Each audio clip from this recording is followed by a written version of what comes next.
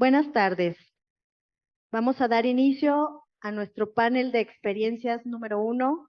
Nadie se queda atrás. Experiencias de inclusión.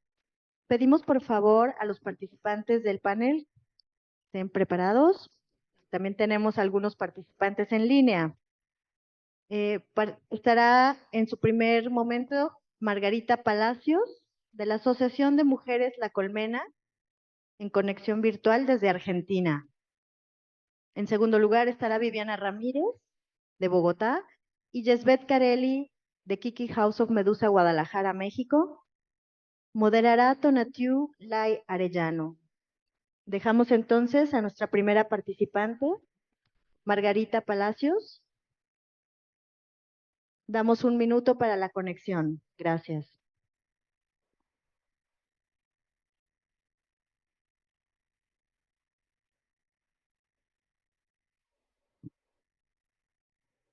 Hola, ¿me escuchan? Hola Margarita, adelante, Hola. puedes empezar con tu exposición. ¿La cuestión del video se puede ver o no? ¿No hay posibilidad del video? Bueno, hablo entonces.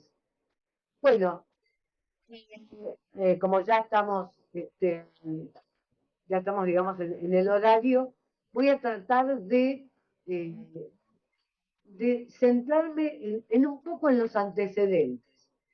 Estábamos hablando particularmente del tema de la cantidad de años que estamos transitando con esta experiencia de la Asociación de Mujeres La Colmena y de la FM Reconquista, la radio comunitaria, integrando la red comunicacional y social de FM Reconquista, ¿no? Entonces, en este sentido, es muy importante poder señalar los logros y las dificultades a lo largo de 40 años. 40 años de estar en el territorio, 40 años de desarrollar diferentes estrategias para poder seguir permaneciendo y seguir apostando a un pasito más en este largo camino para la potenciación de las comunidades de este tipo de territorios. ¿Y a qué tipo de territorios me refiero? Me refiero al tipo de territorios, como muchos han hablado hace unos instantes, territorios muy vulnerados, territorios con muchas dificultades, territorios que tienen grandes necesidades básicas insatisfechas y que además encima, en el caso concreto de nuestra asociación y de la red comunicacional y social, están viviendo, son territorios que están ubicados, ¿no? Enfrentados o con el límite de la capital federal. Se le llama primer cordón del conurbano bonaerense. Esto es el partido de General San Martín dentro de la provincia de Buenos Aires, pegado a la capital federal por la zona norte y que además tiene características muy tremendas. No voy ahora a la historia de la población, sino voy a la realidad. La realidad de hoy, que se viene arrastrando desde hace un tiempo, es la contaminación ambiental, además de la pobreza y de las necesidades, de cosas que se hayan resuelto. Nos encontramos con una situación de un medio ambiente que es hostil al desarrollo de nuestras comunidades. Se trata de la instalación de una empresa tripartita entre la nación, la provincia y el municipio, o los municipios, que es el SEANSE, ¿no? Que es donde recolecta toda la basura de la zona sur de la provincia de Buenos Aires, de toda la zona norte de la provincia de Buenos Aires y de toda la capital federal. Este gran, digamos, lugar donde se ha instalado todo el gran basural, no tiene procesamientos reales y no deja de contaminar un río que pasa por allí, un brazo de un río que pasa por allí, que es el río de la Reconquista. Un brazo de este río está totalmente contaminado y donde se vuelcan materiales de desecho porque no han tenido un buen proceso de eliminación de aquellos materiales o productos de la basura que pueden ser contaminantes. Todo eso ha llevado a una situación muy complicada en todo nuestro territorio, que ha llevado concretamente a que muchas organizaciones intenten sobrellevar de una forma médica hospitalaria la problemática de salud que tienen. Hay un grupo del área geográfica reconquista que se ha dedicado a dar vuelta a la tortilla. ¿Cómo es eso? Esa vuelta a la tortilla es usando todo aquello que es la basura, separando, reciclando y haciendo de esto emprendimientos de cooperativas que hoy tienen un lugar dentro de esta institución del SEANSE por la labor que realizan. Esto es un punto. Pero en el mientras tanto y en el mucho tiempo antes, todo esto no existía.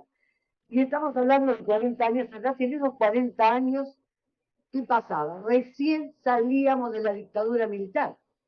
La dictadura militar que empieza en el año 75, casi 76, marzo del 76, 24 de marzo del 76, y termina prácticamente en el 83, a principios del 83, ¿no? Allí termina la gran dictadura militar y empieza la democracia con la presidencia de Raúl Alfonsín, luego de una larga lucha con 30.000 desaparecidos, con el horror implantado en el corazón de cada gente, con la lucha de las madres y las abuelas de Plaza de Mayo, y nosotros, en este territorio de José León Suárez, partido de General San Martín, intentando un grupo de vecinos, algunos catequistas de Opción por los Pobres, las maestras o maestros educadores de las escuelas primarias de la zona y vecinos y vecinas, nos reunimos para ver cómo se podía mejorar las condiciones de vida de este barrio, porque era imposible transitar. Uno cruzaba una calle y se embarraba hasta casi la cintura.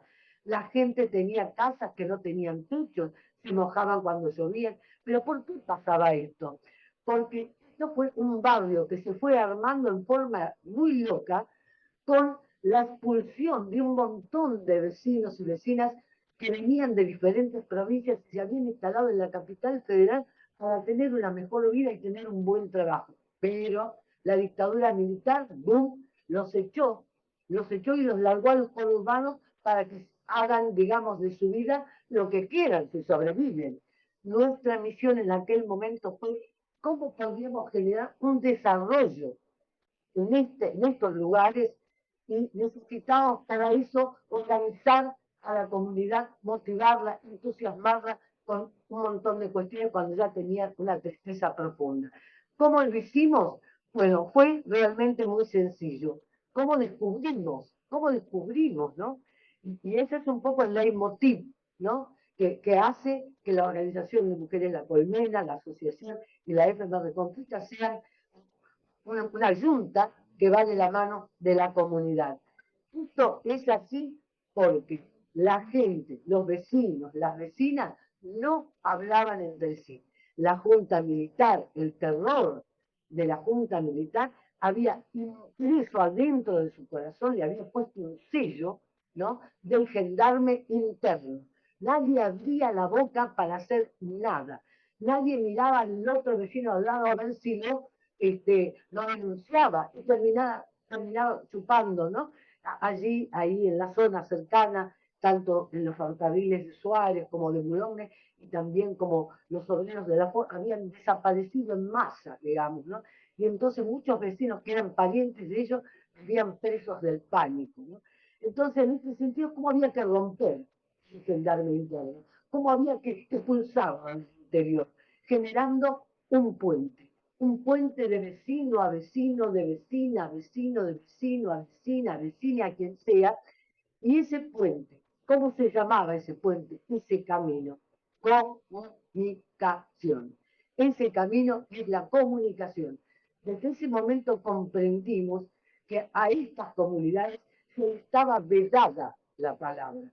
Desde ese momento comprendimos que no solamente tenían el gendarme interno, sino que también tenían el desprecio de los locales, de los bonaerenses que miraban a estos provincianos como que ¿por qué vinieron acá? ¿Qué nos vinieron a sacar? ¿Qué derechos nos vinieron a robar?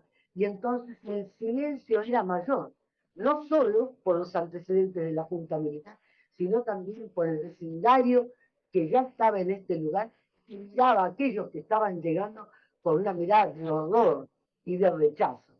Entonces había que volver a movilizar el avispero.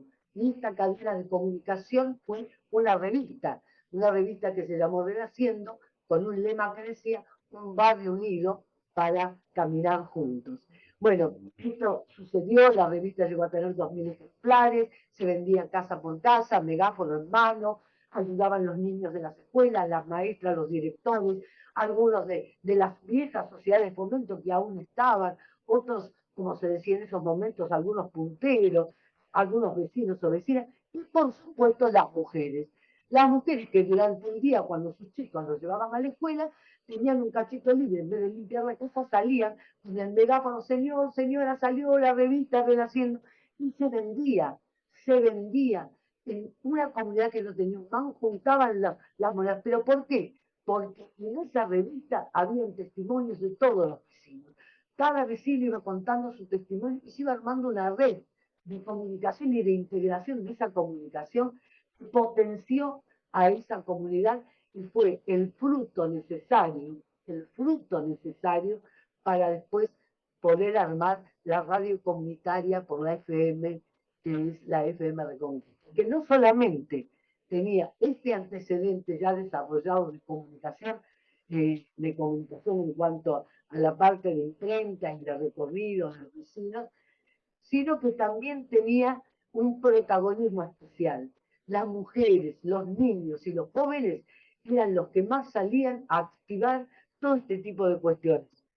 Se arma la radio Margarita, al aire. Margarita, perdón que te interrumpa. Te quedan 2 minutos y no sé si puedes encender tu cámara también, por favor. Ahora estoy ahí, no sé si yo los veo a ustedes. Mi cámara, no, parece que se rompió mi cámara, no recordaba. No sé si sale así, no sale. Bueno, Está bien, no te en preocupes, fin, adelante.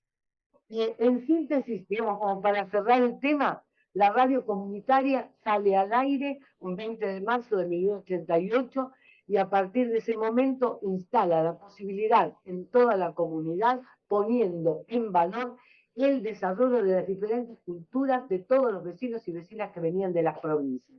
Esto fue un elemento muy importante porque no fue con expertos que venían de aquí y allá, sino algo que había surgido de la propia base, de las propias palabras y de las propias voces de las diferentes comunidades. Logramos hacer infinidades de cuestiones, logramos en el tiempo, mucho tiempo después, imagínense, después de varias luchas, 2005, 2006, que nos reconocen, nos dan un reconocimiento como radio, antes fue la provincia de Buenos Aires, después del 2010 al 2011, la Secretaría de Cultura nos reconoce como un punto de cultura de la radio cuando en ningún otro lugar nos habían reconocido como tal, nos daban alimentos para los niños, etcétera. Nosotros tenemos una comunidad muy grande, 2 jardines de infantes, la radio comunitaria, 2 orquestas juveniles, educación infantil, educación para la casa de la niñez, educación para las juventudes.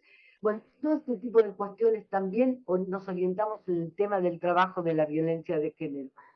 Pero después, recién en el 2019, siguiendo y nunca bajando los brazos, la lucha por llegar al reconocimiento legal de la radio comunitaria con las voces propias de los vecinos de los pueblos, que era una explosión dentro de lo que es el CONFER o la Secretaría de Comunicaciones, se logra en el año recién 2019 la legalización de la radio, ¿no? La radio se le da la legalización y la habilitación de la emisora, la única radio de las radios comunitarias que tiene la habilitación, se nos ha concedido este enero de este 2023, con elemento que van peor que una tortuga, la representación legal de nuestras experiencias, que tienen una profunda inserción en este tipo de territorios con tantas y múltiples necesidades. Por otra parte, también a nivel de la educación hicimos toda una revolución porque generamos jardines de infantes de educación comunitaria, jardín maternal y jardines de infantes, y a estos jardines le hemos llevado en una larga lucha de más de 20 y pico de años con la Dirección de Escuela, de General de Escuelas y Cultura de la Provincia de Buenos Aires, y recién en el 2019 logró la Dirección General de Escuela reconocer la modalidad de la educación comunitaria que se da en este tipo de territorio como una educación infantil válida y reconocida por estas secretarías o estas direcciones o estos espacios de la provincia de Buenos Aires, que son los que legislan toda la educación. Digamos que la lucha larga por la legalidad, la necesidad de subir el rostro y ponerse de pie, hacer que todos nos vean, tomarnos de la mano como una comunidad, asociarnos con el otro, con la otra, con el otro, para salir juntos de esta situación, promover el desarrollo local, generar lazos de amistad y del compartir de diferentes cuestiones, ha llevado a crear un área llamada o una mesa, que es la Mesa de Conquista, donde hemos también tratado y hemos logrado la legalización de un montón de organizaciones que no accedían a un montón de derechos en una sociedad en la que si uno no es legal, no existe. Aunque explote por todas partes la población, aunque exploten por todas partes los poblados, si uno no se mete dentro de lo que es el espacio de lo legal, del sistema, uno no existe. Entonces, para existir, por ahora, ya que no existe otra manera, hay que buscar la legalidad. Y en este sentido ha sido algo verdaderamente muy importante. Muchas de estas organizaciones han obtenido su legalización y han podido acceder y ser nombrados como sujetos de un montón de programas y de proyectos y de convocatorios a diferentes cuestiones. Y en esta mesa de conquista trabajamos juntos también a la Universidad Nacional de San Martín. Trabajamos también junto con la Organización Nacional de los Chicos del Pueblo. Trabajamos también juntos con la Mesa Nacional, Provincial y Distrital de la Violencia de Género. En el año 2019, casi justo al terminar el año y antes de la maldita pandemia, nos matan a Natalia Sabán. El novio le pega un tiro en la cabeza y le explota su cabeza. Ese dolor que no hemos podido revertir todavía porque nos agarró la pandemia, nos impidió la pandemia en 90.000 marchas y 90.000 acciones, ese dolor aún continúa, aún no tenemos la justicia para Natalia, pero no dejamos de pelear, no dejamos de movernos en los tribunales, no dejamos, pues, desde que pudimos comenzar a marchar y a seguir reclamando por esos derechos. Tenemos un montón de cosas para compartir, pero bueno, no sé si está bien y si hay que pasar el video, Diego. Muchas gracias, Margarita. Bueno, al final vamos a tener un cierre como de 2 minutos para que vayas ahí preparando un resumen de lo que tienes que decirnos. Muy bien. Bueno, a continuación vamos ahora a continuar con Viviana Ramírez. Tal como se dijo al principio, pues nos va a ella a comentar, a contar sobre la experiencia que ha tenido en cuestiones de inclusión. Y bueno, tendrá 12 minutos. Te interrumpiré cuando vayamos por ahí por 10 minutos para que vaya cerrando. Muchas gracias. Vale, muchas gracias. Buenas tardes, buenos días, no sé qué hora es, ya tardes. En efecto, hoy voy a retomar unos temas que han sido muy importantes en Bogotá y en Colombia en términos de construcción de política pública para la inclusión y para la diversidad. Y para hablar de inclusión, ¿me podrías colaborar? Para hablar de inclusión, pues, como hablaba Margarita, tenemos que empezar por la exclusión. No podríamos hablar de inclusión sin saber por qué es que tenemos que formular políticas públicas para la diversidad y para la inclusión. A principios del siglo XX aún todavía teníamos unos modelos de pensamiento y modelos sociales que hablaban de las poblaciones que no se encajaban en ese estándar social como personas que tendrían alguna maldición por tener una forma física particular o una conducta diferente o por tener un color de piel diferente al estándar. Entonces allí habían unas palabras muy fuertes que todavía hoy escuchamos en muchas conversaciones que están asociadas a los normales y a los anormales, los que son normales y los que no son normales. Entonces los que no eran normales estaban por fuera de ese círculo, no eran parte de la sociedad. ¿Y cómo estaban fuera de ese círculo? Pues a través de castigos, eran personas malditas, estaban encerradas. A las personas con discapacidad a inicios del siglo XX las sacaban de la sociedad, las encerraban o las botaban en algunos lugares porque no eran funcionales para ese estándar social.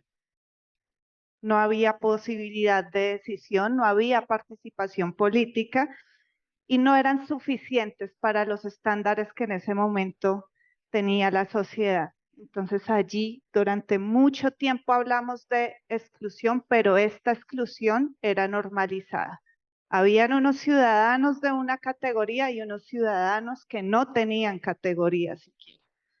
Posteriormente, incluso en esta época se generan leyes excluyentes, leyes en las que las personas no aparecían como ciudadanos, no tenían derecho a voto, las mujeres no teníamos el derecho al voto, las personas con discapacidad no podían tomar decisiones, no eran capaces de tomar decisiones y las personas de unas razas, etnias o con unas características específicas, pues tampoco podían votar ni ser parte de la sociedad. Después de ello, hacia mediados del siglo XX, entonces comenzamos a hablar a través de unas luchas de la integración y al parecer allí como que se solucionaba el problema. Ah, bueno, ustedes pueden hacer parte de la sociedad, pero solo en este recuadrito. Entonces, las mujeres pueden trabajar solo en servicios domésticos, en cuidado de personas enfermas. En ese momento se hablaba de minusválido, o sea, menor valor que, eh, o enfermo. Las personas que tenían una orientación sexual diversa no podían salir a la luz pública porque esto era un castigo, una maldición y seguramente no podría, pues nos iban a infectar a todos de esa maldición, ¿cierto? Entonces, puedes estar aquí, pero no puedes entrar y ser partícipe completamente de las decisiones y de la sociedad. Esta es una nueva forma de segregación. Entonces, estás aquí, pero bajo estas condiciones y hasta estos límites. Las personas con discapacidad empiezan a ingresar a las instituciones educativas especializadas. Entonces, hay unas instituciones educativas para todos y otras para las personas pobres y otras para las personas con discapacidad y otras, incluso en algunos países, para las personas que pertenecían a alguna etnia o alguna raza. Esta es una nueva forma de discriminación que se banderiza en integración. Hacia los años 70, ustedes recordarán toda la movilización social. Las personas en Estados Unidos, en Europa y se baja hacia Latinoamérica, la movilización por los derechos civiles de las poblaciones negras, de las personas con discapacidad, de las personas LGBTI, de las mujeres que abanderan un gran proceso de movilización hacia los derechos civiles, es decir, hacia lo básico. Mi voz vale. Yo también tengo derecho a la salud, arrancando por lo básico, que era lo que decía uno de los conferencistas de ayer. Y ahí empieza, hay un caso icónico que es el de las personas con discapacidad que generan el movimiento. Acá vemos pues algunas de las marchas y generan un movimiento proclamando la vida independiente. Tú no decides por mí. Y en ese momento hacen una proclama que se llama Nada sobre nosotros sin nosotros. No decidas nada sobre mí sin mí.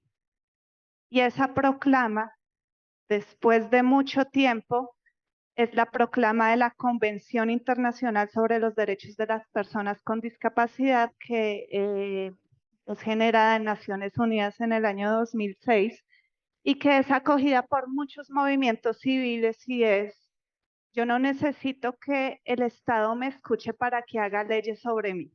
Yo necesito participar en la construcción de las leyes, en la construcción de lo que yo quiero decidir para mi proyecto de vida. No necesito que tú estandarices la vida que quiero vivir desde mi diversidad. Y allí los movimientos sociales entonces tienen un avance particular y es que ya no están pidiendo solamente acceso a la salud, a la educación y al trabajo. Están pidiendo decisión, autonomía y participación. Derechos sociales, ya no derechos básicos.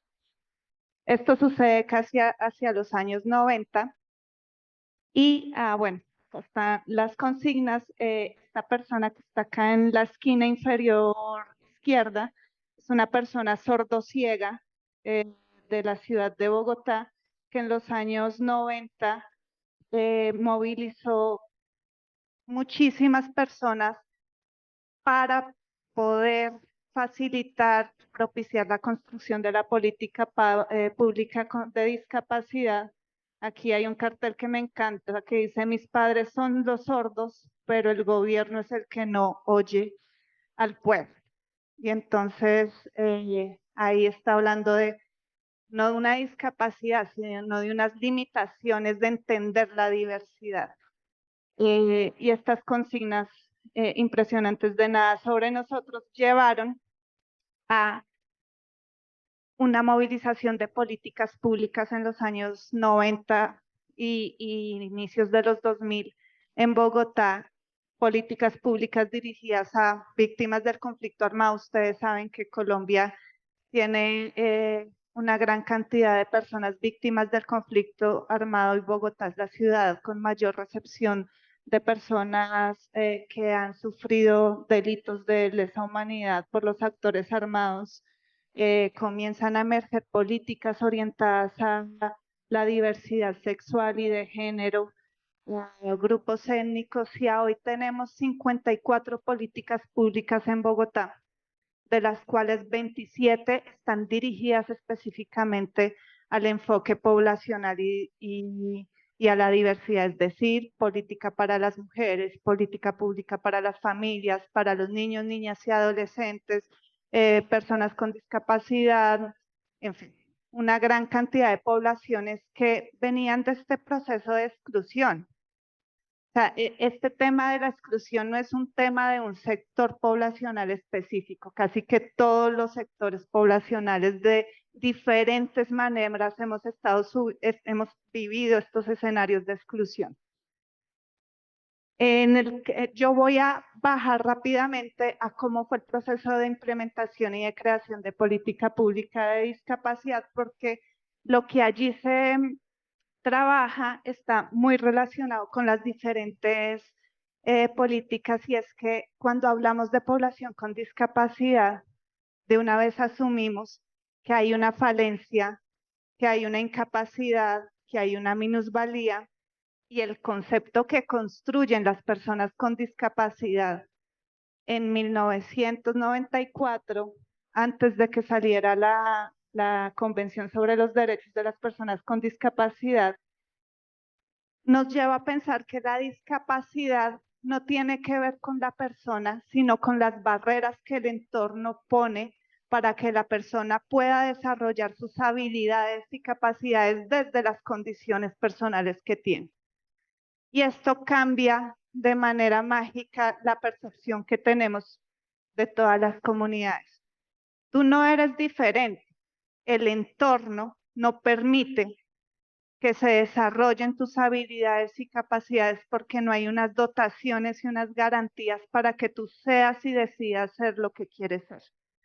Entonces, este concepto es muy importante porque nos dice que la discapacidad es el resultado de la interacción entre las personas que tienen una condición particular, una limitación, una deficiencia, y las actitudes son barreras actitudinales, barreras del entorno, físicas estructurales y barreras políticas y de derechos que no permiten que tú despliegues tus posibilidades de hacer y ser desde el lugar que tienes. Y eso sucede con las diferentes poblaciones que han estado en un escenario de segregación. Y entonces las mujeres solo podrían hacer esto en este escenario. Si no tengo las dotaciones y las posibilidades para que desplieguen sus capacidades, pues entonces hoy no tendríamos mujeres pilotos, no tendríamos mujeres que manejan una retroexcavadora o que están en la NASA generando conocimiento y ciencia. Siguiente. Entonces, este ejemplo de formulación de política de discapacidad que nos dice y qué deben generar la sociedad, y lo dice Amartya Sen y lo dice Martha Nussbaum desde el enfoque de desarrollo humano, y es ¿qué debemos tener? Ajustes razonables. ¿Qué es un ajuste razonable? En este momento, para mí, un ajuste razonable es tener estas gafas.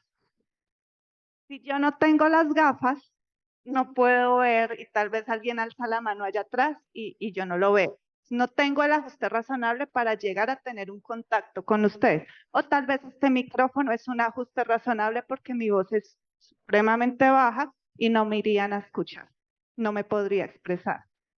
Eso es la parte mínima de un ajuste de acuerdo a la condición de la persona. No vale mucho. No implica una gran inversión. Sistemas de apoyos. Son las diferentes dotaciones que debe tener un escenario, una política, una institución para que las personas desplieguen sus capacidades. Si yo tuviera una persona sorda acá, tendría que tener un intérprete de lengua de señas.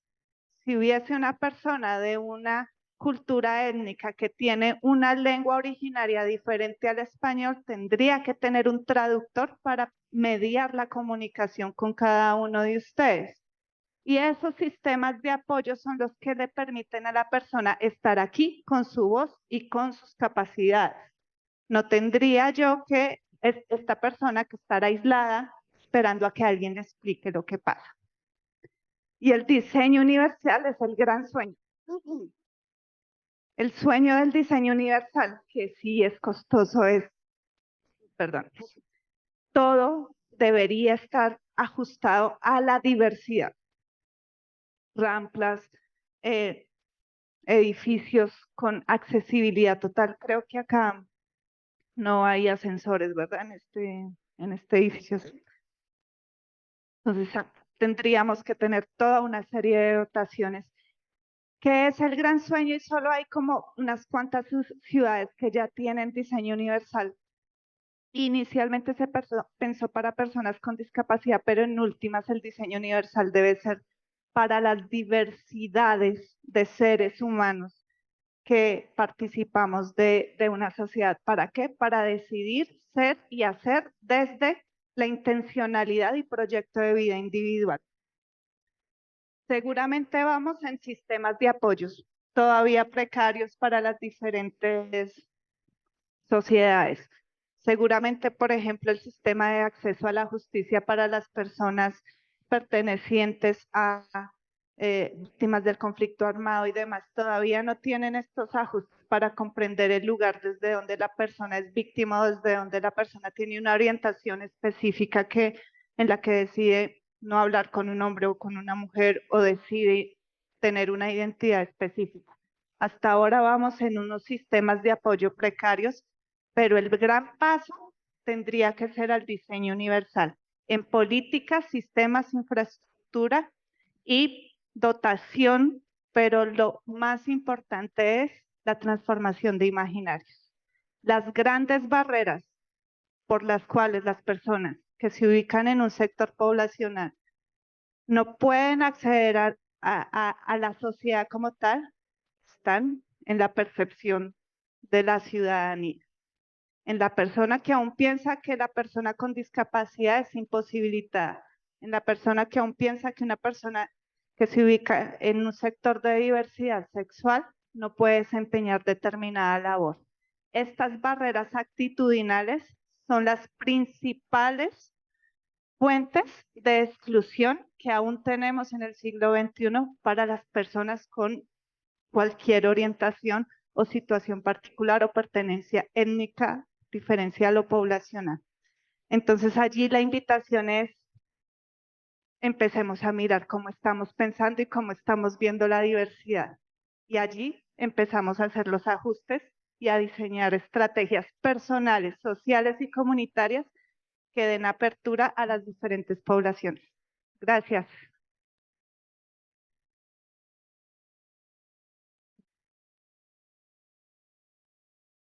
Muchas gracias, Viviana.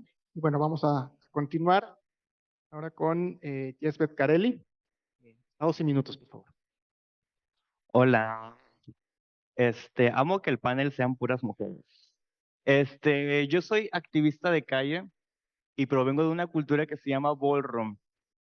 No voy a explicar como tanto porque no tengo tanto tiempo, ya vi. Voy a tratar de ser muy breve porque hay mucho que decir. Pero bueno, investíguenlo, ballroom. El ballroom es como un caldo de muchas interseccionalidades y motivos de discriminación, ¿no? Habemos personas con VIH, habemos personas negras, habemos personas LGBTIQ+, y habemos personas con un bajo recurso, a.k.a. personas pobres, ¿no? Incluso hay personas que tienen en sus listas todas estas interseccionalidades. Entonces, imagínate que eres negro, que tienes VIH, que eres de la diversidad y que aparte eres pobre, ¿no? Imagínate, maravilloso. Entonces, por estas necesidades, pues yo tuve la necesidad también, porque estoy dentro de esas interseccionalidades, de crear espacios donde fuera seguro existir, ¿no? Porque para personas como yo es muy inseguro estar en espacios públicos, ¿no? Todos los días recibo miradas de odio, miradas incómodas. Incluso aquí ya tuve la fantasía de recibir miradas incómodas, ¿no? Donde supuestamente la gente es más educada, pero bueno. Entonces, yo hago activismo de calle. Yo en el Parque Rojo realizo desde hace algunos años actividades de recreación. En este sentido, son actividades de ballroom, baile, performance, etcétera. Mi público, las personas por las que yo lucho, son parte de la comunidad ballroom de aquí de Guadalajara, que son personas de la diversidad, ¿no? Personas trans, personas gays, personas bisexuales, etc., etc., etc. Es como el grupo de personas al que yo me comprometo a cuidar en mis espacios que yo creo, ¿no? Mis objetivos surgen de lo que yo veo que sufren mis hermanas, que sufre mi población, que sufre eso, ¿no? Para mí es muy importante combatir la transfobia porque me causa incomodidad, causar incomodidad. O sea, a veces me apropio de ello y lo hago a propósito porque sé que incomoda a las personas y disfruto eso, ¿no? Pero hay días en que mi estabilidad emocional, mis sentimientos no están para aguantar eso. Y yo a veces me atrevo o soy valiente para hacer ciertas cosas que otras hermanas no pueden hacer. Entonces, por eso yo creo esos espacios. Aquí puse que para mí es muy importante visibilizar la digna existencia de personas trans y disidencias, porque en mis espacios no solamente convergen personas de la diversidad solamente, sino personas con discapacidad, personas con VIH, que necesitan esos espacios para tener un día a la semana feliz, ¿no? Hay personas que yo conozco, sus historias, en las que de lunes a viernes tuvieron una semana horrible, llena de discriminación, llena de abusos, llena de sus problemas personales, ¿no? Relacionados con esto. Y un día que van al Parque Rojo y sesionan y conviven con las hermanas, te hacen sentir bien, te festejan. Entonces, un día de felicidad entre una semana de mierda es muy valioso para mí, ¿no? Significa el que tengas o no ganas de vivir, ¿no? Y eso es muy real, no lo exagero. Entonces, también para mí es muy importante reapropiarnos de espacios que nos pertenecen y que son de uso público, ¿no? Yo, por ejemplo, uso el Parque Rojo, donde yo veo converger a bailarines que bailan breakdance, que es de expresión masculina normalizada, uno ve breakdancers y dice, ay, mira qué bonito, están bailando, ¿no?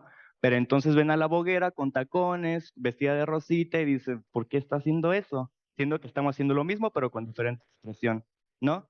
O están los raperos, o sea, el uso del espacio es como accesible para todas, pero si causa incomodidad del ojo público, es malo, ¿no?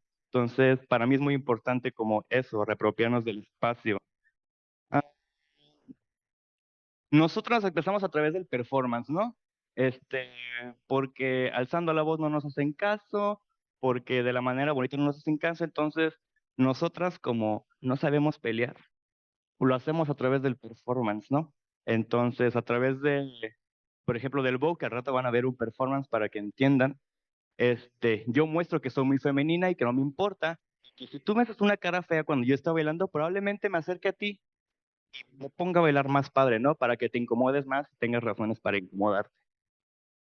Incomodar la heteronorma. Yo me pude haber venido hoy porque yo sabía qué tipo de público iba a haber, más tapadita, más así, más retacadita, pero dije no, no, porque justo es dignificar mi figura como yo me vivo en el día a día y normalizar este tipo de expresiones, ¿no? Aparte me veo muy bonita. Entonces, eso, normalizar y hacer que la gente se acostumbre a esto, porque cada vez somos más que salen del closet, cada vez somos más trans que viven de manera plena. Entonces, que ustedes se vayan acostumbrando es muy importante, porque si no se acostumbran, nos vamos a acostumbrar. Este, Exigir el respeto en la población, en la participación cultural informal de las personas queer. De repente la participación cultural, si no es formal, si no tienes algún puesto, es inválido, ¿no? Pero yo tengo 5 años haciendo prácticas en el Parque Rojo sin detenerme casi, sin cobrar ni un peso y con acceso a todas las personas. Eso para mí es muy importante y no, yo siento que muchas personas funcionarias públicas no lo hacen, ¿no? Entonces, el simple hecho de que yo no tenga un oficio, un papel, un reconocimiento de alguien importante, me pone trabas o no me hace obtener permisos, cosas que pueden mejorar el servicio que yo doy y llegar a más personas. Entonces, y súmele que pues soy una persona queer, entonces es como de la jotita bailando que piensa que hace activismo, ¿no? Pero pues, y la importancia de estos espacios para personas queer, ya lo había mencionado, o sea, es como de, a mí me sirve como terapia porque yo soy una persona con ansiedad y depresión y muchas cosas más. Entonces, si yo no voy a bailar un día, expresarme y estar posando ahí en el Parque Rojo, probablemente toda mi semana va a ser de depresión y eso me va a llevar a más problemas, ¿no? Entonces, pues eso, o sea, es como el activismo de calle de repente no es tan bien visto porque es disruptivo, porque no es formal, porque shalala, shalala, pero sin embargo, para muchas personas, para muchas historias, es muy importante y es muy necesario, ¿no? Sobre todo para personas de mi comunidad que estamos acostumbradas a no tener este respaldo, este, como de algo gubernamental o oficial o de este tipo, ¿no? Y pues justo, o sea, como siento que a veces este activismo necesita más apoyo y más visibilización, pero justo estamos como en este ínter en que la comunidad es vista y a veces no, a veces es apoyada cuando son meses del Pride, pero en el resto del año es olvidada, ¿no? O de que en público la gente no es transfóbica, pero en la privacidad sí, ¿no? O este doble discurso en el que respeto cuando la gente me ve, pero cuando no me ve, no. O respeto a la trans bonita, pero a la trans que uno tiene cirugías, no. Esa no merece respeto. Entonces es como acostumbrarnos y más bien, nosotras, si no nos van a respetar, vamos a exigir ese respeto, porque no me lo están comprando. No es de que no es negociable, es de que merecemos y lo vamos a exigir. Y si tú no me das el respeto, yo te lo voy a arrebatar, ¿no? Porque estamos hartos. Las soluciones para mi población que yo he visto o que han servido a lo largo de estos años es que, por ejemplo, hubo una temporada en Guadalajara en la que la inseguridad se sintió muy, muy, muy fuerte para las mujeres, ¿no? Entonces, como vimos esta necesidad y dimos talleres de autodefensa, se pues se abrió la invitación, cayeron incluso personas que no frecuentaban nuestras sesiones y pues fue algo, ¿no? O sea, como de tal vez no va a significar que te vayas a salvar de un asalto, pero tienes herramientas para algo menor, ¿no? O se tomó acciones para esta inseguridad. Se hicieron conversatorios de identidades porque el LGBTQ no somos solamente un mismo sector, o sea, hay un montón de personas con diferentes identidades y todas tienen necesidades diferentes. Los hombres trans no tienen las mismas necesidades que una mujer trans o que una persona no binaria. Entonces, si tú no le preguntas a esta persona qué necesidades tienes, jamás vas a saber sus necesidades, entonces jamás vas a poder cubrirlas. Estos conversatorios, todo eso se utilizaron como para atender necesidades dentro del ballroom, ¿no? Que es pues una cultura que la hicieron mujeres trans negras con VIH y todas estas cosas, donde se hacen espacios seguros, ¿no? Entonces, son espacios de competencia y performance, shalala, shalala, pero estas necesidades se atendieron en esos espacios, ¿no? Y siento que eso se puede escalar a otros sectores, porque si no nos preguntan qué necesidades tenemos, jamás las van a atender, ¿no? A mí me sirvió buscar aliados, ¿no? Porque era yo sola teniendo esas actividades y gestionándolas sola y buscando casi cosas nuevas cada sábado que hacer para que siguieran siendo atractivas. Pero entonces llegó la pandemia, llegó el tianguis ahí en el Parque Rojo y nos desplazaron. O sea, ya no había espacio para nosotras a pesar de que teníamos ahí antigüedad en el Parque Rojo, ¿no? Entonces, lo que yo hice fue buscar pues, quién estaba gestionando este espacio del tianguis, ¿no? Que yo sé que pues, salió a partir de una necesidad económica circunstancial de la pandemia, pero es como, oigan, yo ya tengo aquí mi espacio, ¿qué va a pasar, no? Entonces yo busqué a la persona que administraba el tianguis del Parque Rojo y conseguí que en el reglamento del Parque Rojo se estipulara que a partir de las 4 ese espacio cuadricular de 4 por 4 metros nos perteneciera y que se respetara. Porque yo le expliqué a esta chica de que, oye, pues sabes que este espacio sirve para estas personas, hacemos esas actividades, no nos puedes quitar, como papá. Entonces, ahora en el reglamento de ese tianguis está que, pues tenemos, ese espacio es para nosotros, ¿no? Porque sigue siendo importante y porque muchas personas lo buscan para, pues para demasiadas cosas, ¿no? Y te Es, quedan 3 minutos. ok.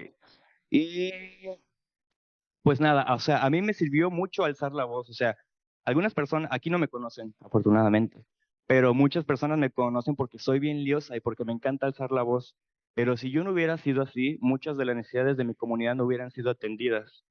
Yo tuve que alzar la voz contra funcionarios públicos y decirles que no se pasaran de lanza para que me hicieran caso, porque yo mandaba mensajes y no me atendían, yo mandaba peticiones y no me atendían. Entonces, cuando tú le dices algo que no le gusta a alguien, te hace caso. Entonces yo tuve que ser muy así en varias ocasiones para que personas con corbatita me hicieran caso, ¿no? Pero lo logré. Y estas actividades a veces existen, pero en espacios privados, en espacios donde se necesita de esto, ¿no? Entonces eso lo vuelve totalmente inaccesible porque estás dirigiéndote a un sector que tiene esto. Y los que no lo tienen, ¿qué? No tienen derecho a divertirse, no tienen derecho a no deprimirse, no tienen derecho a cosas que deberían tener derecho de cajón. Entonces, siento que es otra de las cosas que tienen como valor en esas actividades, que justo no necesitan un valor económico, ¿no? O sea, nos hemos manejado como por trueques. Por ejemplo, yo tengo una perrita y pongo de que, perra, si no tienes nada que llevar, llévame 1 kilo de croquetas de la más barata que encuentres para mi perrito, ¿no? Y o sea, entonces es como encontrar nuevas formas de negociación o de cubrir nuestras necesidades, ¿no? Yo cubro tu necesidad de divertirte y te enseño a bailar, pero tú a cambio déjame un peso, déjame un transvale, déjame 1 kilo de croquetas, algo o un agua para que alguien dentro del taller le dé sed, la pueda tomar, ¿no?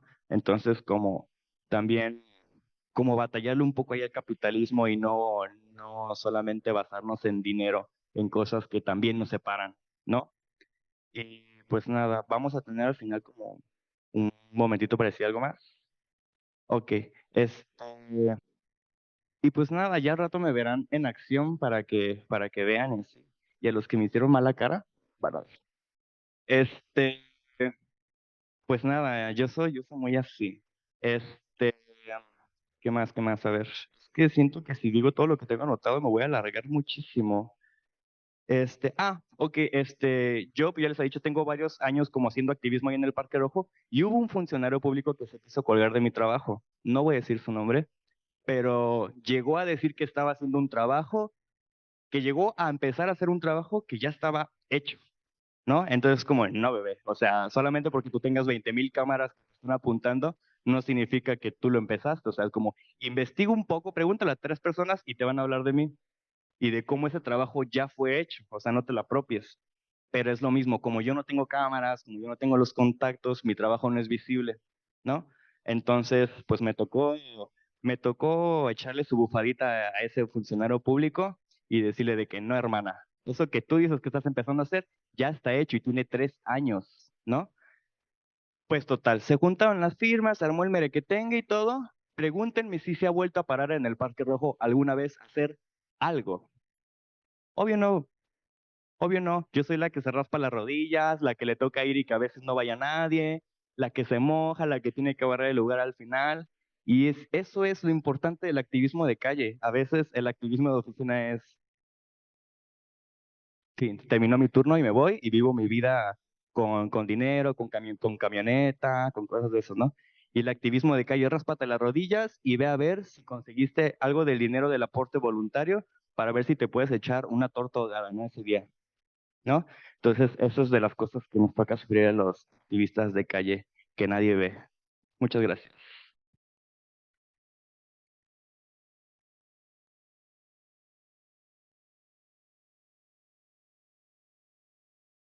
Muchas gracias. Vamos ahora a dar paso a unas preguntas de parte de ustedes hacia los panelistas, que sean preguntas también concisas, y también la respuesta para tener un poco más de tiempo de poder responder. Entonces, no sé, una pregunta, claro, ¿nos apoyan, por favor?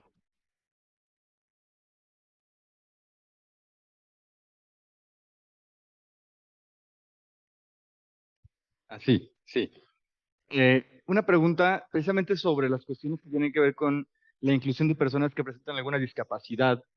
Eh, Actualmente, por lo menos en el estado de Jalisco, específicamente aquí donde estamos, hay una serie de acciones afirmativas, tanto a mujeres, a personas de la comunidad LGTBIQ, TTTI más, y a personas que presentan alguna discapacidad o que son pertenecientes a algún pueblo originario. Una de las cuestiones que más hacen ahorita como ruido es la cuestión de que hay personas que no tienen necesariamente una discapacidad física, ¿no? La discapacidad psicoemocional también existe, es compleja y por supuesto que atraviesa, ¿no? A las personas. Esta serie de acciones afirmativas para una candidatura, para ser personas que tengan puesto de representación, cuando pensamos en alguien que, por ejemplo, tiene discapacidad visual o es ciego, o que tiene discapacidad auditiva o es sordo, eh, nos parece muy lógico. Pero cuando pensamos en alguien que podría postular un cargo público o que podría estar dirigiendo una asociación o que podría ser la voz de alguien, pero vive con depresión, con ansiedad, con TDAH, de pronto no estamos en consenso, ¿no? De la misma manera. ¿Qué propones tú desde tu posición, desde tu sabiduría o bueno, tus saberes? eh, para este tipo de acciones afirmativas, ¿no? Porque luego viene otra cosa también, pronto es cómo aseguramos que esta persona realmente está representando a una comunidad que tiene TDAH, ¿no? Tiene trastorno bipolar. ¿Cómo hacemos que estas acciones afirmativas estén de verdad orientadas a las personas que en serio las necesitan, ¿no? No sé si puedas compartirnos algo al respecto. Sí, mira que incluso cuando, y tú lo dices, ¿no? Cuando hablamos de discapacidad, de una vez nos imaginamos a una persona en silla de ruedas y el logo hace 10 años de discapacidad era una persona en silla de ruedas y mundialmente según estudios de la OMS, el 15% de la población mundial tiene algún tipo de discapacidad.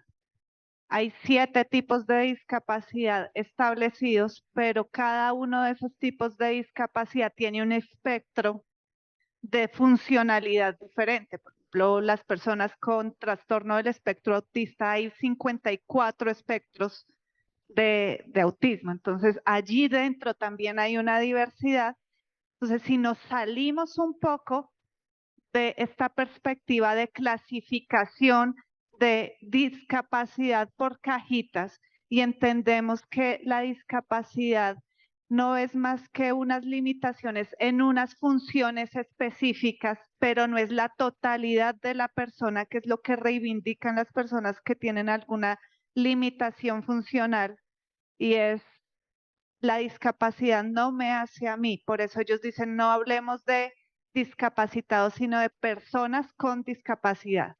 Primero, soy una persona con una condición particular que me limita en unas actividades. Y entonces allí, cuando hablamos de inclusión y de pensarnos apuestas para la inclusión de acuerdo a esas diferentes condiciones, la de salud mental que va en aumento, los trastornos de la ansiedad por el ambiente laboral y la exigencia, pues como de estas nuevas tecnologías han incrementado dentro del espectro de la discapacidad. Antes era un porcentaje del 4%, la de los trastornos mentales se ha incrementado un montón, el porcentaje mundial de personas con algún trastorno. Entonces, allí la perspectiva es no, no vamos a pensar en la persona como una discapacidad en sí, sino una persona con unas limitaciones para X condiciones, y ahí entran los ajustes razonables, y es si yo tengo una persona con discapacidad, compañera, en mi trabajo y sé que el alto ruido le genera ansiedad a una persona con espectro autista, que el ruido le genera ansiedad, pues le pongo una ubicación laboral en la que pueda con sus habilidades desempeñarse en algo funcional, ¿cierto? Entonces, no la voy a poner a hacer guía de tránsito en donde están los carros allí pitando, ¿cierto? Pero de pronto en tránsito, en las oficinas, hay algunas actividades y esta persona puede ser muy buena para los sistemas, por ejemplo, una persona con espectro autista. Entonces, seguramente voy a diseñar unos ajustes que le permitan con lo que puede hacer desempeñarse exitosamente y eliminar todas estas condiciones que le van a afectar una condición, y es alteración al ruido. Pero esta persona tiene muchas más capacidades que esa condición limitante. Pero si nos salimos de mirar la condición limitante, seguramente vamos a ver las posibilidades de inclusión de esa persona. Y esa es la apuesta de los escenarios de inclusión, de identificar escenarios universales de desempeño. En Colombia y en Bogotá hay una Asociación Nacional de Personas con Autismo, hay otra de personas con síndrome de Down que se llama Down, y ellos han sido los pioneros en construcción de políticas públicas. Tienen una cantidad de escenarios culturales y también profesionales que se han luchado desde esta perspectiva, y es no mires mi limitación, mira mis posibilidades. Y con las personas con discapacidad mental, pues es que fíjense que el lenguaje crea realidades. O cuántas veces nosotros no decimos, tú estás loco, tú estás demente. De una vez estoy categorizando a las personas en una condición que, que sale de esta posibilidad de relacionamiento en igualdad de condiciones.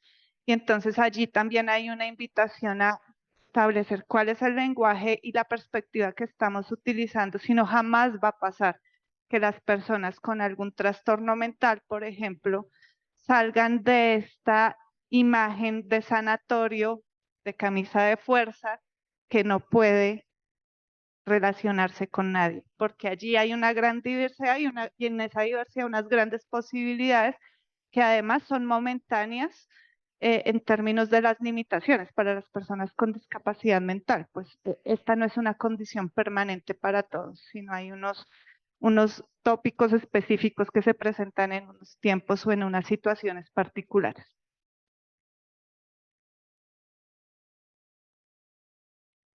No sé si hay alguna pregunta de los que están virtualmente. Vamos a, vamos a tomar unas 2 o 3 preguntas para poder hacer bloques de respuestas y optimizar el tiempo que nos queda de aquel lado, mientras que se ve si hay alguna pregunta. Gracias. Siguen por ahí. Nada más un comentario a esto que acaban de hablar de justo las personas con discapacidad. Nos dieron una charla en una ocasión, yo trabajo en Cultura Guadalajara, y nos dieron una charla justo para pues, ser más sensibles con las personas con discapacidad en los espacios. Yo trabajo en el Jaime Torres Bodet, en el Teatro Jaime Torres Bodet y en el Foro Larva. Entonces, bueno, pues para estar más, pues más alertas a recibir a las personas que tienen alguna condición de dificultad para ingresar al foro, sentarse, etcétera, ¿no? Y me acuerdo, la chica que dio la charla tenía parálisis cerebral, entonces tenía obviamente pues una situación corporal, ¿no? Bien especial. Se subió al escenario ayudada, porque no había rampa, entonces la subieron, ella explicó, fíjense, nomás para empezar a hacer mi charla, pues aquí no hay manera de que yo sola me suba. Yo me podría subir, pero no hay rampa. Entonces la ayudaron, empezó su charla y dijo, súper padre, a mí me encantó esta frase y la quiero decir porque creo que complementa lo que acaban de decir. Muchos de ustedes no tienen una discapacidad en este momento, pero el tiempo pasa. Digo, yo ya soy más allá de 60, entonces dices, pues sí, ¿verdad? A mí no me dolía la columna vertebral, a mí no me dolía subir escaleras, a mí no, y ahora ya sucede. Entonces nada más ahí nos agarró, pero así, bueno, a mí, de la entraña, y las orejas se me abrieron tremendas y la sensibilidad, y dije, yo quiero aprender de esta chava. Y fue maravilloso. Entonces, tenemos que estar mucho más conscientes y mucho más preparados porque maduramos y vamos a tener muchas personas con discapacidad. Muchas gracias.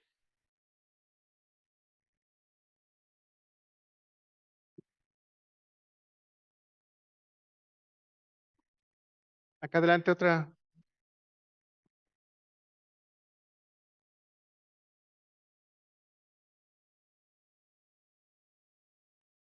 Hola, mi nombre es Carlos y bueno, me resuena mucho que en esta charla, que aparte aprendimos bastante, se ha manejado el término de discapacidad, ¿no? Yo creo que son capacidades diferentes. O sea, todos somos discapacitados en algún momento, de alguna forma, aunque no nos demos cuenta, ¿no? Entonces, creo que desde cómo nos referimos a las demás personas, debemos de entender que no hay discapacidades, que la discapacidad mayor es la mental, ¿no? La que uno tiene, uno mismo se forja, o que la misma sociedad te hace creer que tienes, ¿no? Creo que hay capacidades diferentes y hay posibilidades diferentes, ¿no? Entonces, desde ahí creo que hay que cambiar el concepto de cómo nos referimos a las personas. Otra cosa, hablando de inclusión también, eh, no, no creo que en ningún país deje de pasar esto.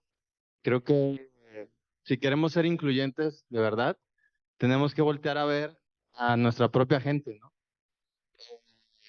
Noto una ausencia de personas indígenas en este foro.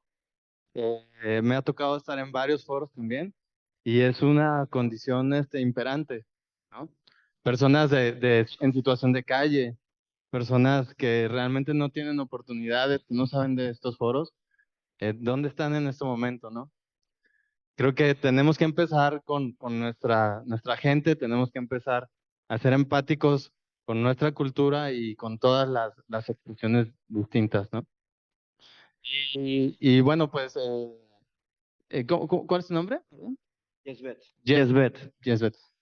Pues primero que nada, una felicitación por tener el valor de presentarte, de ser una ponente que puede, digamos, ejemplificar lo que es violencia, ¿no? Porque todos los días se vive y más el sector en el que ustedes están.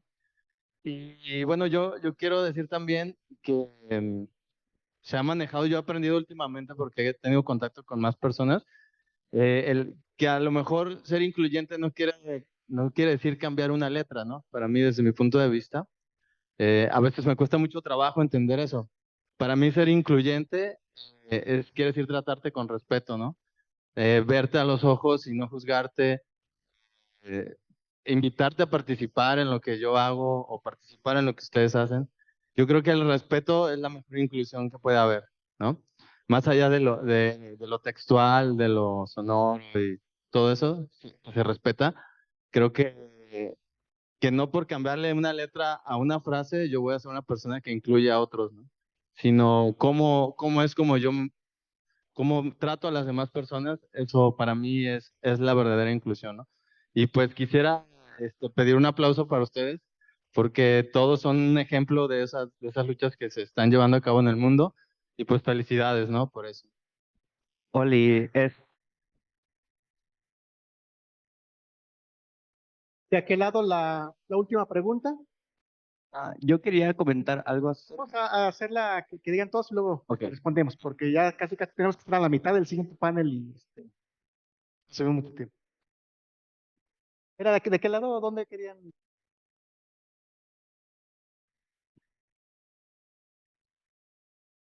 Pues yo solo quiero hacerle un reconocimiento a Kareli por, y no digo que valor porque naciste valiente. No digo que pides porque estás. No estás pidiendo nada. Yo te he visto tu trabajo. Estuviste ahí en el Centro Cultural Calzada. Tienes ahí una casa, puerta abierta, pero no porque, ay, la bonita, como dices tú, hola. No, por simple y sencillamente recordarnos a todos que no debe de haber marginalidad. Exigirla, como dices tú, no pedirla, jamás pedirla. Nunca te he visto en cara, ni siquiera en tus actos, jamás. Siempre eres altiva y has sido ejemplo. Me consta que has sido ejemplo de varios compañeros y compañeras. Y por eso no te felicito, te reconozco.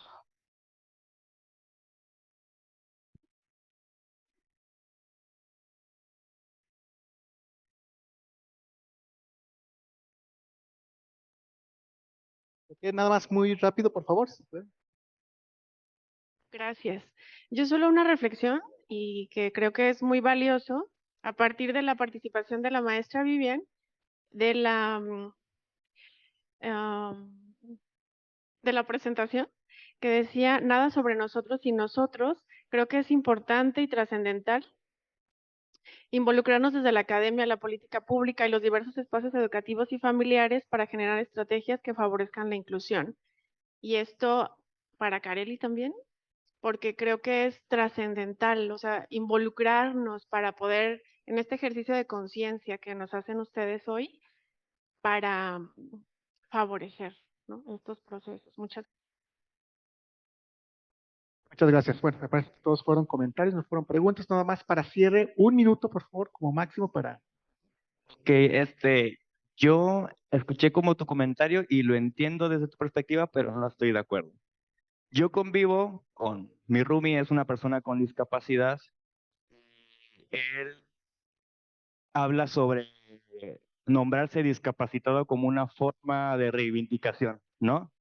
Porque todas tenemos capacidades diferentes y ese término de persona con capacidades diferentes fue como para hacerlo bonito, ¿no? Pero es, por ejemplo, a mí no me afecta si tú me dices trans, porque soy trans, ¿no? Si me dices travesti, si quieres, porque soy travesti. Si me dices maricona, o sea, es como, son cosas que ya he escuchado y que ahora me lo reapropio y sí, soy maricona, sí, soy trans, sí, soy puta, lo que tú quieras, ¿no? Entonces, siento que estas cosas ayudan a resignificar y a perderle el asco a la palabra, perderle lo agresivo a la palabra y empoderarte, ¿no? Este, y siento, hay personas que a mí me tratan bien, pero me hablan de hombre. Entonces, eso, respeto a medias no es respeto, ¿no? Si tú me hablas bonito porque soy bonita, si tú me tratas bien porque te conviene, porque te están viendo, pero me hablas de hombre, para mí eso no es respeto y no te voy a festejar porque me hables bonito, ¿no? Porque seguramente le hablas bonito a todas las mujeres. Entonces, hay personas que necesitan que se les reconozca con sus pronombres o una letra o una X porque de otra forma nos causa disforia.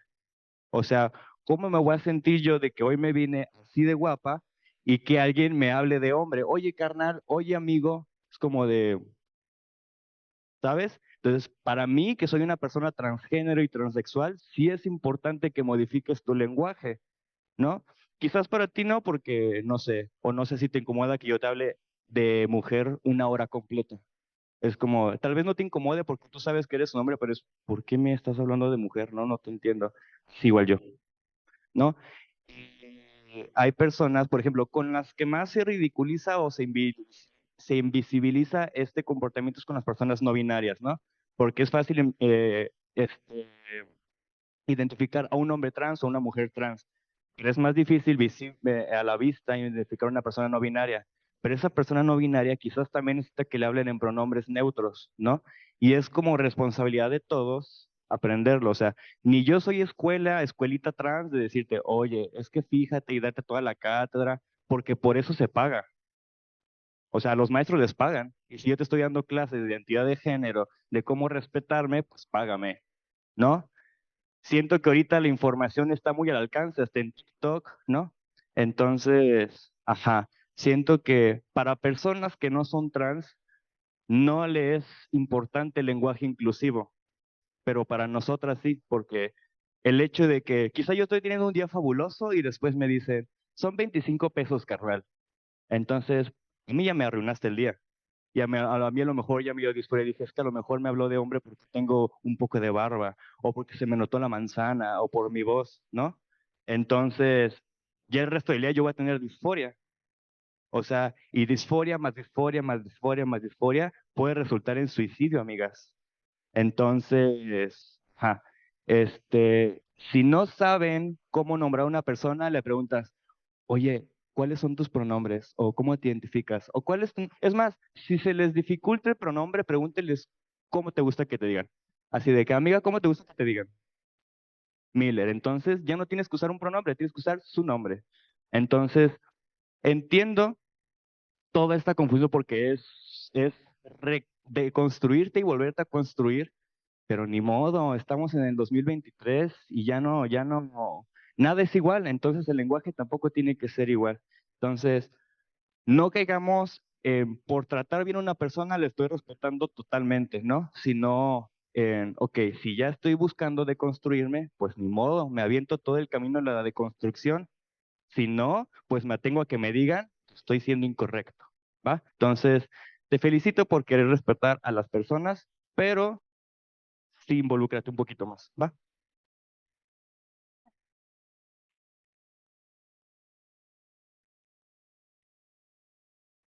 Bueno, y ya para cerrar, pues en efecto creo que todos lo han dicho de diferentes maneras y es el lenguaje transforma realidades.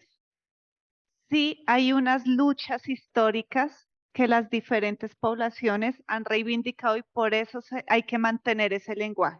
Por eso la Convención sobre los Derechos de las Personas con Discapacidad, que fue hecha con personas con discapacidad de todo el mundo, establece, a mí no me digas discapacitado, no me digas minusválido, dime o Viviana o persona con discapacidad, que es un poco lo que tú estabas diciendo. Y las personas negras dicen, a mí dime negro o negra, no me digas cafecito, colorado o de otro color. Yo soy una persona negra, yo soy perteneciente a tal, eh, mi lengua propia es esta. Entonces, esto tiene que ver con una reivindicación histórica que estábamos viendo allí, que no empezó hace 10 años, que es que viene desde hace más de 100 años. Entonces, esta reivindicación que han realizado los diferentes colectivos y las diferentes poblaciones es la que hoy se defiende a partir de diferentes tratados y de, a mí, reconóceme de esta manera porque es como yo me reconozco y me sitúo en esta sociedad. Y es una interacción situada y es si tú te sitúas allí, el respeto es, o la dignidad que te doy es, te reconozco desde donde tú quieres que yo te reconozca, no desde donde yo te quiero reconocer.